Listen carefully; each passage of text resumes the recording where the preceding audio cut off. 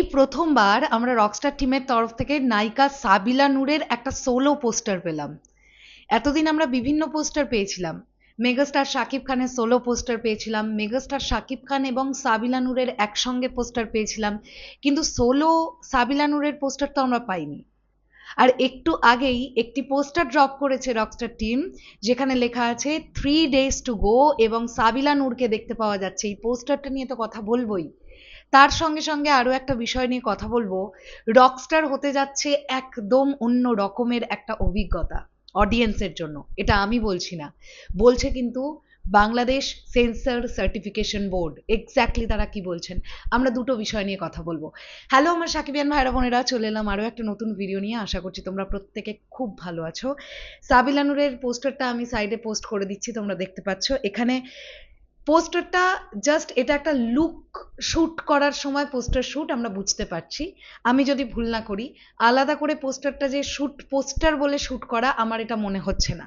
কারণ সাবিলা নূর এখানে একটা লুক দিয়ে আছেন, যেটা ন্যাচারালি এই ধরনের লুকগুলো কিন্তু লুক সেটের সময় ক্লিক করা হয়, কিন্তু এই ব্যাপারটা প্রচন্ড ফ্রেশ লাগছে। সাবিলা নূরকে আমরা তাণ্ডবে যেভাবে দেখতে পেয়েছি চরিত্রটার জন্য, এখানে কিন্তু একদম ডিফারেন্ট একজন সাবিলা নূরকে আমরা পাবো, এটা বলতে পারি। আর আমি রিসেন্টলি বনলতা এক্সপ্রেস বলে সিনেমাটা দেখলাম, সাবিলা নূরের পারফরমেন্স আমার ভালোই লেগেছে। এবার দেখা যাক রকস্টারে উনি মীরা চরিত্রটা কতটা ফুটিয়ে তুলতে পারেন। তবে একটা জিনিস তোমরা লক্ষ্য করে দেখেছো, যেহেতু নায়িকাদের এখানে ফ্লাওয়ার্স এর সঙ্গে তুলনা করা হয়েছে, তাই পোস্টারটার ব্যাক সাইডে আমরা গোলাপের পাপড়ি ঝরতে দেখতে পাচ্ছি, যেটা কিন্তু বেশ অন্যরকম। মানে এখনো কিন্তু ফুলের সঙ্গে তুলনা করা হচ্ছে মীরাকে। তো এই ব্যাপারটা ভালো লেগেছে আমার কাছে, বেশ ফ্রেশ একটা ব্যাপার পেলাম। পোস্টারটা এক কথায় ভালো, ছিমছাম পোস্টার, বাট ভালো।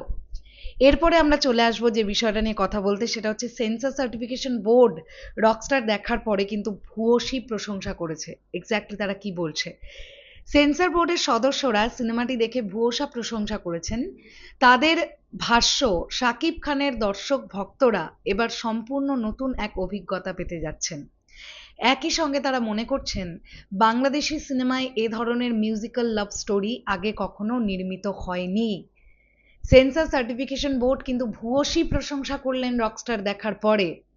তারা এক্সপেক্ট করছেন যে অডিয়েন্স একটা একদম ডিফারেন্ট কিছু পেতে যাচ্ছে, এবং তারা কিন্তু গোটা সিনেমাটা দেখেছেন। তাদেরও মনে হয়েছে এই ধরনের মিউজিক্যাল লাভ স্টোরি এর আগে বাংলাদেশে তৈরিই হয়নি। কাজেই যে সকল অডিয়েন্সরা এতদিন ধরে মেগাস্টার শাকিব খানের কাছ থেকে একটু অন্যরকম কিছু চাইছিলেন, একটু ছকে বাঁধা থেকে বেরিয়ে কিছু একটা হোক, তাদের জন্য রকস্টার কিন্তু হতে যাচ্ছে স্পেশাল একটা ট্রিট। এটা আমরা অস্বীকার করতে পারবো না। মনে তো তাই হচ্ছে। এবার সিনেমাটা ফাইনালি দেখার পরে বুঝতে পারবো আলটিমেটলি বিষয়টা কেমন দাঁড়িয়েছে। শেষ করলাম ভিডিওটা, আসছি আবার খুব শিগগিরই। তাহলে এখনের জন্য টাটা।